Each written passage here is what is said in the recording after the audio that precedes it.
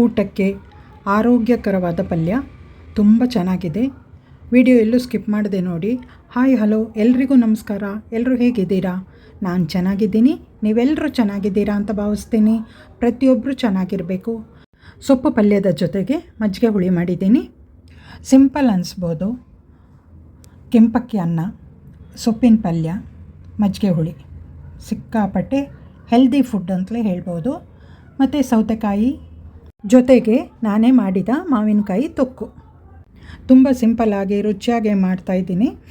ಮತ್ತು ಇದು ಹೊಸದಾಗಿ ಅಡುಗೆ ಕಲಿಯೋರಿಗೆಲ್ಲ ಸುಲಭವಾಗಿ ಮಾಡೋ ರೀತಿಯಾಗಿರುತ್ತೆ. ಫಸ್ಟು ಅವರೇ ಬೇಳೆ ತೊಗೊಂಡಿದ್ದೀನಿ. ಒಂದು 50-70 ಗ್ರಾಮ್ ಅಷ್ಟು ನಮಗೆ ಗೊತ್ತಾಗುತ್ತೆ ಅಂದಾಜು. ಅದನ್ನು ಕುಕ್ಕರಲ್ಲಿ 1 ವಿಷಲ್ ಬರೋವಷ್ಟು ಬೇಯಿಸ್ಕೊಳ್ಬೇಕು. ಪಲ್ಯದ ಜೊತೆಗೆ 2 ಆಲೂಗೆಡ್ಡೆ ಕಟ್ ಮಾಡಿ ಇಟ್ಟಿದ್ದೀನಿ. ಮತ್ತು ಈರುಳ್ಳಿ 2 ಕಟ್ ಮಾಡಿ ಇಟ್ಕೊಂಡಿದ್ದೀನಿ. ಬೆಳ್ಳುಳ್ಳಿ ಜಜ್ಜಿಟ್ಕೊಳ್ಬೇಕು. ಖಾರಕ್ಕೆ ಬೇಕಾದಷ್ಟು ಹಸಿಮೆಣಸಿನ್ಕಾಯಿ, ಒಗ್ಗರಣೆಗೆ ಒಣಮೆಣಸಿನ್ಕಾಯಿ, ಸೊಪ್ಪನ್ನೆಲ್ಲ ಚೆನ್ನಾಗಿ ತೊಳೆದು ಕ್ಲೀನ್ ಮಾಡಿ ಹೆಚ್ಚಿಟ್ಕೊಂಡಿದ್ದೀನಿ. ಸೊಪ್ಪು ತೋರಿಸೋದು ಇದು ಕಟ್ ಮಾಡೋದೆಲ್ಲ ಅದು ತುಂಬ ಓಲ್ಡ್ ಆಗುತ್ತೆ, ಹಾಗಾಗಿ ರೆಡಿಯಾಗಿ ಇಟ್ಕೊಂಡಿದ್ದೀನಿ. ಇವಾಗ ಒಗ್ಗರಣೆ ಹಾಕ್ಕೊಳ್ಬೇಕು. ನಾನಿಲ್ಲಿ ಕೊಬ್ಬರಿ ಎಣ್ಣೆ ಬಳಸ್ತಾ ಇದ್ದೀನಿ. ಬಿಸಿ ಅನ್ನದ ಜೊತೆ ಚಪಾತಿ, ರೊಟ್ಟಿಗೆಲ್ಲ ತುಂಬ ಚೆನ್ನಾಗಿರುತ್ತೆ ಈ ಸೊಪ್ಪು. ಮತ್ತು ಮುದ್ದೆ ಮಾಡಿ ಸಾರು ಮಾಡಿದರೂ ಈ ಸೊಪ್ಪಿನ ಪಲ್ಯ ಇದೆಯಲ್ವ, ಮುದ್ದೆ ಜೊತೆ ತಿನ್ನೋಕ್ಕೂ ಕೂಡ ತುಂಬ ರುಚಿಯಾಗಿರುತ್ತೆ. ಪಲ್ಯಕ್ಕೆ ತುಂಬ ಸಿಂಪಲ್ಲಾದ ಒಗ್ಗರಣೆ. ಕೊಬ್ಬರಿ ಎಣ್ಣೆಗೆ ಜೀರಿಗೆ ಹಾಕಿದ್ದೀನಿ. ಅದು ಸ್ವಲ್ಪ ಚಟಪಟ ಅಂದ ತಕ್ಷಣ ಹಸಿಮೆಣಸಿನ್ಕಾಯಿ ಮತ್ತು ಒಣಮೆಣಸಿನ್ಕಾಯಿ ಹಾಕ್ಕೊಂಡು ಸ್ವಲ್ಪ ಹೊತ್ತು ಹುರ್ಕೊಳ್ಬೇಕು. ಯಾಕೆಂದರೆ ಒಬ್ಬೊಬ್ಬರಿಗೆ ಹಸಿಮೆಣಸಿನ್ಕಾಯಿ ಗ್ಯಾಸ್ ಆಗುತ್ತೆ, ಹಾಗಾಗಿ ಎಣ್ಣೆಯಲ್ಲಿ ಹುರ್ಕೊಳ್ಬೇಕು. ಇದು ಸ್ವಲ್ಪ ಹುರಿದಾದ ನಂತರ ಜಜ್ಜಿಟ್ಟಿರೋ ಬೆಳ್ಳುಳ್ಳಿ ಹಾಕ್ಕೊಂಡು ಸ್ವಲ್ಪ ಹೊತ್ತು ಹುರ್ಕೊಳ್ಬೇಕು. ತುಂಬ ಸಿಂಪಲ್ ಅಂದರೆ ತುಂಬ ಸಿಂಪಲ್ ಇದು ಪಲ್ಯ. ಸೊಪ್ಪು ಕ್ಲೀನ್ ಮಾಡೋದು ಹೆಚ್ಕೊಳ್ಳೋದು ಮಾತ್ರ ಇಲ್ಲಿ ಟೈಮ್ ಆಗೋದು. ಇವಾಗ ಇದಕ್ಕೆ ಹೆಚ್ಚಿಟ್ಟಿರೋ ಈರುಳ್ಳಿ ಸೇರಿಸ್ಕೊಂಡು ಸ್ವಲ್ಪ ಹೊತ್ತು ಹುರ್ಕೊಳ್ಳೋಣ. ಈರುಳ್ಳಿ ಎಷ್ಟು ಬೇಕಾದರೂ 1-2 ಎಲ್ಲ ಹಾಕ್ಕೊಳ್ಬೋದು. ನಾನು 2 ಹಾಕಿದ್ದೀನಿ. ಅದರ ಜೊತೆಗೇ ಇವಾಗ ಆಲೂಗೆಡ್ಡೆನೂ ಹಾಕ್ಕೊಳ್ತಾ ಇದ್ದೀನಿ. ಆಲೂಗೆಡ್ಡೆ ಹೇಗೆ ಬೇಕಾದರೂ ಕಟ್ ಮಾಡ್ಕೊಳ್ಬೋದು. ನಾನು ಈ ರೀತಿಯಲ್ಲಿ ಕಟ್ ಮಾಡಿದ್ದೀನಿ. ತುಂಬ ಸಣ್ಣದಾಗಿ ಕಟ್ ಮಾಡಿದರೆ ಈ ಸೊಪ್ಪು ಬೇಯ್ತಾ ಅದು ಕರಗೋಗುತ್ತೆ, ಹಾಗಾಗಿ ಸ್ವಲ್ಪ ದಪ್ಪನೇ ಇರಬೇಕು. ಆಲೂಗೆಡ್ಡೆನ ಸ್ವಲ್ಪ ಎಣ್ಣೆಯಲ್ಲಿ ಹುರ್ಕೊಂಡು ನಂತರ ಇದಕ್ಕೆ ಕೊತ್ತಂಬರಿ ಬೀಜದ ಪುಡಿ ಮತ್ತು ಸ್ವಲ್ಪ ಜೀರಿಗೆ ಪುಡಿ, ಉಪ್ಪು, ಅರಿಶಿಣ ಪುಡಿ ಎಲ್ಲ ಹಾಕ್ಕೊಂಡು ಸ್ವಲ್ಪ ಎಣ್ಣೆಯಲ್ಲೇ ಬಾಡಿಸ್ಕೊಂಡ್ರೆ ರುಚಿನೂ ಹೆಚ್ಚಿರುತ್ತೆ, ಪರಿಮಳ ಕೂಡ ತುಂಬ ಚೆನ್ನಾಗಿರುತ್ತೆ.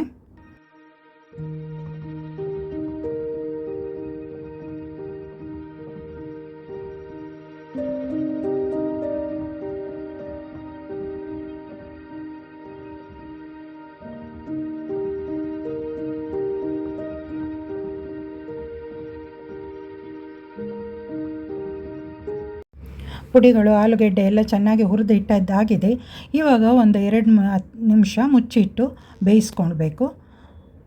ನಂತರ ಇದಕ್ಕೆ ಸೊಪ್ಪನ್ನು ಸೇರಿಸ್ಕೊಳ್ಬೇಕು. ಯಾಕೆಂದರೆ ಆಲೂಗೆಡ್ಡೆ ದಪ್ಪ ಇದೆಯಲ್ವಾ, ಹಾಗಾಗಿ ಸ್ವಲ್ಪ ಹೊತ್ತು ಬೇಯಿಸ್ಕೊಂಡು ನಂತರ ಎಣ್ಣೆಯಲ್ಲೇ ಬೇಯಿಸಬೇಕು. ನಂತರ ಇದಕ್ಕೆ ಸೊಪ್ಪನ್ನು ಹಾಕ್ಕೊಂಡ್ರೆ ಆಗುತ್ತೆ. ಸೊಪ್ಪನ್ನು ಅರ್ಧ ಹಾಕಿ ಫಸ್ಟ್ ಎಲ್ಲ ಚೆನ್ನಾಗಿ ಮಿಕ್ಸ್ ಮಾಡ್ಕೊಳ್ತೀನಿ.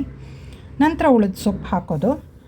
ಎಲ್ಲ ಸೊಪ್ಪು ಒಂದೇ ಸರಿ ಹಾಕಿದರೆ ಚೆಲ್ಲುತ್ತೆ, ಹಾಗಾಗಿ ಫಸ್ಟ್ ನಾನು ಈ ರೀತಿ ಕ್ರಮನೇ ಮಾಡೋದು. ಸ್ವಲ್ಪ ಎಲ್ಲ ಸೊಪ್ಪು ಕಡಿಮೆ ಆಗುತ್ತೆ, ನಂತರ ಬಾಕಿ ಸೊಪ್ಪು ಸೇರಿಸ್ಕೊಂಡು ಚೆನ್ನಾಗಿ ಮಗ್ಚಿ ಬೇಯಲಿಕ್ಕಿಡಬೇಕು.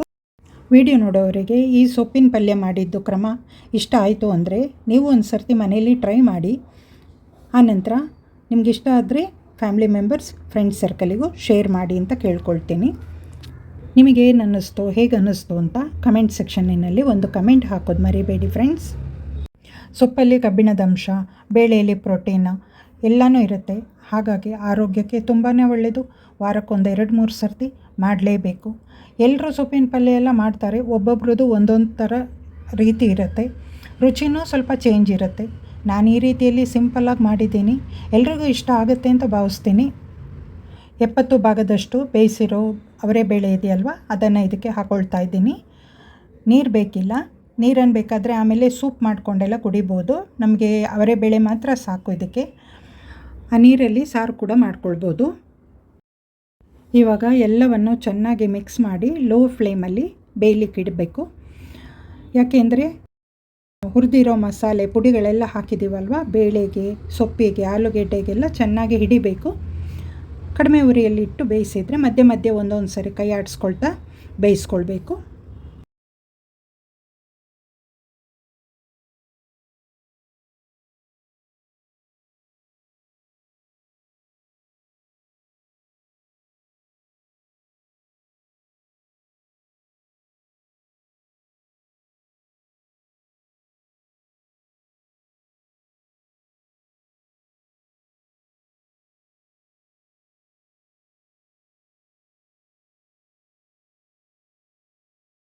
ಸೊಪ್ಪಿನ ಪಲ್ಯ ತುಂಬ ರೀತಿಯಲ್ಲಿ ಮಾಡ್ಬೋದು. ಈ ರೀತಿ ಮಾಡೋ ಪಲ್ಯಕ್ಕೆ ನಿಂಬೆಹಣ್ಣಿನ ರಸ ಹಿಂಡ್ಕೊಂಡ್ರೇ ತುಂಬ ರುಚಿಯಾಗಿರುತ್ತೆ.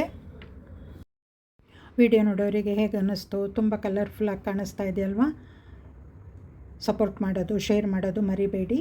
ಹಾಗೆ ಒಂದು ಐಪ್ ಕೂಡ ಕೊಡಿ ಅಂತ ಕೇಳ್ಕೊಳ್ತೀನಿ. ಬೇರೆ ಒಂದು ಪಾತ್ರೆಗೆ ಇದನ್ನು ಹಾಕ್ಕೊಳ್ತಾ ಇದ್ದೀನಿ. ಇವಾಗ ಮುಂದಿಂದೊಂದು ಚಟ್ನಿ, ತುಂಬ ಸುಲಭವಾಗಿ ಮಾಡೋ ಚಟ್ನಿ ಇದು, ಬೇಗನೆ ಆಗುತ್ತೆ. ತೆಂಗಿನಕಾಯಿ ಎಲ್ಲ ಉಪಯೋಗಿಸಿಲ್ಲ, ಸಿಂಪಲ್ ಆದರೂ ತುಂಬ ರುಚಿಯಾಗಿದೆ. ಹೊಸದಾಗಿ ಚಟ್ನಿ ಮಾಡೋರು ಮತ್ತು ಬೇಗನೆ ಆಗಬೇಕು, ಟೈಮ್ ಇಲ್ಲ ಅನ್ನೋರು ಈ ವಿಡಿಯೋ ನೋಡಿದರೆ ಬೇಗ ಮಾಡ್ಕೊಳ್ಳೋಕ್ಕೂ ರುಚಿಯಾಗಿ ಮಾಡ್ಕೊಳ್ಳೋಕ್ಕೂ ಅನುಕೂಲ ಆಗುತ್ತೆ. ಈ ವಿಡಿಯೋ ಎಲ್ರಿಗೂ ಇಷ್ಟವಾಯಿತು ಅಂತ ಭಾವಿಸ್ತೇನೆ. ವಿಡಿಯೋ ನೋಡಿದವರಿಗೆಲ್ಲ ಧನ್ಯವಾದಗಳು. ಒಂದು ಲೈಕ್ ಕೊಡೋದು ಮತ್ತು ಹೈಪ್ ಕೊಡೋದು ಮರಿಬೇಡಿ. ಹೊಸದಾಗಿ ವಿಡಿಯೋ ನೋಡೋರು ಸಬ್ಸ್ಕ್ರೈಬ್ ಮಾಡಿಕೊಂಡು ವಿಡಿಯೋ ನೋಡಿ ಅಂತ ಕೇಳ್ಕೊಳ್ತೀನಿ. ಬೆಲ್ ಐಕನ್ ಪ್ರೆಸ್ ಮಾಡೋದು ಮರಿಬೇಡಿ, ನೋಟಿಫಿಕೇಷನ್ ಬರುತ್ತೆ, ನೋಡಬಹುದು. ಟೊಮೆಟೊ ಹೆಚ್ಚಾಗಿ ಹಾಕಿರೋದ್ರಿಂದ ಹುಣಸೆಹಣ್ಣು ಹಾಕಿಲ್ಲ, ಬೇಕಿದ್ದರೆ ಒಂದು ಸ್ವಲ್ಪ ಹುಣಸೆಹಣ್ಣು ಹಾಕ್ಕೊಳ್ಬೋದು. ದೋಸೆ, ರೊಟ್ಟಿ, ಅನ್ನಕ್ಕೂ ಕೂಡ ತುಂಬ ಚೆನ್ನಾಗಿರುತ್ತೆ. ವಿಡಿಯೋ ನೋಡಿದವರಿಗೆಲ್ಲ ಮತ್ತೊಮ್ಮೆ ಧನ್ಯವಾದ ಹೇಳ್ತಾ ಈ ವಿಡಿಯೋ ಇಲ್ಲಿಗೆ ಎಂಡ್ ಮಾಡ್ತಾಯಿದ್ದೀನಿ. ಮುಂದಿನ ವಿಡಿಯೋದಲ್ಲಿ ಸಿಗೋಣ. Thank you.